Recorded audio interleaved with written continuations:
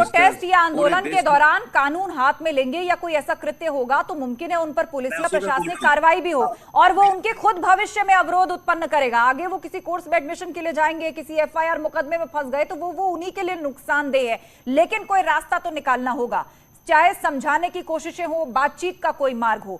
तमाम ऐसे कोर्सेज हैं, कहीं 4 गुना फीस हाइक है और पीएचडी में तो 400 गुना फीस हाइक है। हमारे साथ नेहा यादव, जी मैं लौटूंगी फिरोज बख्श साहब। नेहा यादव भी हमारे साथ हैं और प्रवक्ता है समाजवादी पार्टी की। नेहा यादव, समाजवादी पार्टी पूरी तरह से साथ खड़ी है इन आंदोलनकारी छात्रों के, लेकिन आपको नहीं लगता कि हालांकि आप खुद भी छात्र संघ से जुड़ी हुई रही हैं, छात्रों के मुद्दों को सही फोरम पे, सही प्रोसेस और सही बातचीत के टेबल पे पहुंचाना चाहिए, बजाय इसके कि कोई पेट्रोल डाले, कोई जहर खाए, कोई गड्ढा खोद के खुद को दफन करने की कोशिश करे। ऐसी चीजों को आप लोगों को भी डिस्करेज करना चाहिए। देखिए, इलाहाबाद विश्वविद्यालय की कुलपति महोदया जिस तरह से निकृष्ट और कहीं ना कहीं तानाशाह रवैया अपना रही है, वो बहुत ही दुर्भाग्यपूर्ण है। इलाहाबाद विश्वविद्यालय के इतिहास हमने और आपने सबने देखा है कि इस इलाहाबाद विश्वविद्यालय से तमाम प्रधानमंत्री, नेता, प्रशासनिक अधिकारी, न जाने कितने कुलपति, कितने साइंटिस्ट और छोटे छोटे व्यापारी से लेकर बड़े बड़े व्यापारी, हर एक व्यक्ति का विकास इलाहाबाद विश्वविद्यालय ने किया है। तो ये कुलपति महोदय ये भूल रहे हैं कि पूर्व में भी कुलपति आए हैं जिन्होंने इस तरह की तानाशाही को लागू करने का प्रयास किया है और उनको किस तरह से मुंह की खानी पड़ी है, ये शायद वो भूल रही है। और मैं ये बहुत साफ कर देना चाह रही हूँ, जो मुझसे पहले प्रवक्ता महोदय बोल रहे थे कि 5, 10, 15, 20, 25%, 50% बढ़ जाती तो कोई बात नहीं होती है। ये बहुत मैं आपको साफ करना चाहती हूँ कि एक गरीब, शोषित, वंचित और ग्रामीण पृष्ठभूमि से आने वाले छात्र के लिए 1%, 2% बढ़ना भी बड़ी बात होती है। और पहली बात तो आप शिक्षा की बात कर रहे हैं, केजी से पीजी तक फ्री शिक्षा होना चाहिए। हमारे नेता आदरणीय अखिलेश जी ने भी सदन में मांग उठाई है कि केजी से पीजी तक तो फ्री शिक्षा लागू होनी चाहिए। नेताजी ने भी इसकी मांग उठाई, लेकिन बीजेपी जो शिक्षा का बाजारीकरण करने पे तुली है, जिस तरह से आरएसएस के मुख्यालय पे न्यू एजुकेशन पॉलिसी को लिखा गया है, ये साफ तौर पे एक मिनट नेहा यादव, नहीं, आपको एक मिनट स्पष्ट करके चलते हैं, बहुत क्लियर। एक मिनट नेहा यादव, बहुत ही क्लियर लाइन लेकर चलते हैं। आपको न्यू एजुकेशन पॉलिसी से प्रॉब्लम है, आपको इस प्रोटेस्ट या फी हाइक से प्रॉब्लम है, आपको किस बात से दिक्कत है? की प्रॉब्लम सबसे बड़ी ये है कि जिस तरह से केंद्र की सरकार ने विश्वविद्यालयों के बजट में कटौती की है, इस बात का उदाहरण दे रही है कुलपति महोदया। तो कहीं ना कहीं केंद्र की सरकार कह रही है कि आप फीस बढ़ाइए, हम आपको खुली छूट दे रहे हैं। तो ये सरकार और कुलपति महोदया की साजिश है। सरकार तो चाहती थी कि विश्वविद्यालय में गरीब का बच्चा पढ़ सके। इनके बच्चे, कुलपति महोदया के बच्चे तो विदेशों में पढ़ सकते हैं, लेकिन एक गरीब परिवार से आने वाला बच्चा जब इलाहाबाद पे सर पे गठरी लेकर के आता है तो तमाम सपने लेकर के आता है, उन्हें करने के अरमान लेकर आता है। यहाँ पर यूनिवर्सिटी प्रबंधन की भी एक दलील है। ठीक है नेहा जी, बात आ गई कि गरीबों का क्या होगा। लेकिन एक जो दलील यूनिवर्सिटी प्रबंधन की तरफ से दी जा रही है, एक मिनट मेरा सवाल नेहा जी मेरा सवाल, यूनिवर्सिटी प्रबंधन की तरफ से दलील ये दी जा रही है कि ये फीस हाइक करना उनकी मजबूरी थी, क्योंकि एक तो फंड में कटौती हुई है, इस बात को आप भी कह रही हैं, हर यूनिवर्सिटी के फंड में कटौती हुई है, और दूसरा ये कि यहाँ पर हॉस्टल की बात करें, जो तमाम सुविधाएं हैं वो समय के साथ महंगी हुई हैं। 30,000 से ज्यादा छात्र हॉस्टल में रहते हैं, उनके रहने का बंदोबस्त, उनको लैब का अरेंजमेंट और उनके खाने पीने का बंदोबस्त, तो आखिर ये सारा खर्च बढ़ता जा रहा है। 7.5 करोड़ बकाया है इलाहाबाद यूनिवर्सिटी का बिजली का बिल, किसी भी वक्त इलेक्ट्रिसिटी कट जाएगी। तो अगर फंड्स को अरेंज करने के लिए सेल्फ डिपेंडेंट होकर कुछ करना पड़ेगा तो ऐसे कदम उठाने पड़ेंगे। ट्यूशन फीस 12 रुपए, 100 साल से 12 रुपए ट्यूशन फीस लगी हुई थी, तो अब बताइए आज के दौर में 12 रुपए की ट्यूशन फीस। बड़ी आप हास्यास्पद बात कर रहे हैं। एक बात बताइए, उत्तर प्रदेश में कितनी सेंट्रल यूनिवर्सिटियां हैं, उसका कितना है, उस पर कंपेयर कर लीजिए। देश में जितनी सेंट्रल यूनिवर्सिटियां हैं उनकी हॉस्टल की फीस और इलाहाबाद विश्वविद्यालय की कंपेयर कर उसके लिए यूनिवर्सिटी प्रशासन कह रहा है कि बाकी यूनिवर्सिटी से तो ये फिर भी कम है, बाकी यूनिवर्सिटी से तो फिर भी कम है, हाइक के बाद भी कम है, ये दलील प्रबंधन दे रहा है।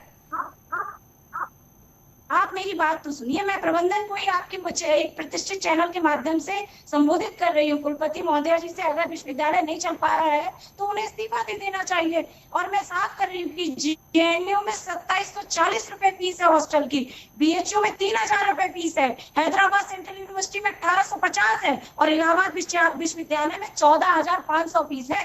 प्लस छात्रावासों में रहने वाले छात्र छात्राएं 2 से 3,000 रुपए खाने का मेस का अलग चार्ज करते हैं। आप बताइए कौन सी सेंट्रल यूनिवर्सिटी होगी जिसमें इतने चार्ज हो रहे हैं? ये इतना लेने के बावजूद कह रहे हैं कि हम बिजली का बिल नहीं दे पा रहे। इलाहाबाद विश्वविद्यालय में 300 करोड़ 800 करोड़ रुपए वापस चला जा रहा है। क्यों नहीं खर्च कर पा रही हैं आप? ठीक है, आप काम कर पा रहे हैं? ठीक है, आप बच्चों को दीजिए आप। ठीक है, लौटेंगे आपके पास। एक और पैनलिस्ट हमारे साथ जुड़ चुके हैं। ठीक है नेहा जी, लौटेंगे आपके पास, लेकिन हमारे साथ इस वक्त डॉक्टर विशाल मिश्रा भी जुड़ गए हैं, राजनीतिक विश्लेषक हैं। ठीक है नेहा जी, आपने विस्तार से अपनी बात को रखा, एक एक पॉइंट आपने एक छात्र के नजरिए से सामने रखी, चूंकि आप खुद भी छात्र संघ से जुड़ी हुई हैं। डॉक्टर विशाल मिश्रा, आपको लग रहा है कि इलाहाबाद यूनिवर्सिटी के अंदर इस वक्त जो स्टूडेंट्स का प्रोटेस्ट चल रहा है, अब उस पर सियासत भी शुरू हो गई है, उसका राजनीतिकीकरण करने की भी कोशिशें हैं, क्योंकि यहाँ एक बड़ी कम्युनिटी स्टूडेंट्स की आकर खड़ी हुई है, दिन ब दिन उनका प्रदर्शन उग्र होता जा रहा है। क्या ये सही नहीं होता कि सही फोरम पर बातचीत होती, एक प्रक्रिया आगे बढ़ती, बजाय इसके कि कोई जहर खा रहा है, कोई पेट्रोल डाल रहा है और कई सियासी पार्टियां कह रही हैं कि हम आपके साथ हैं?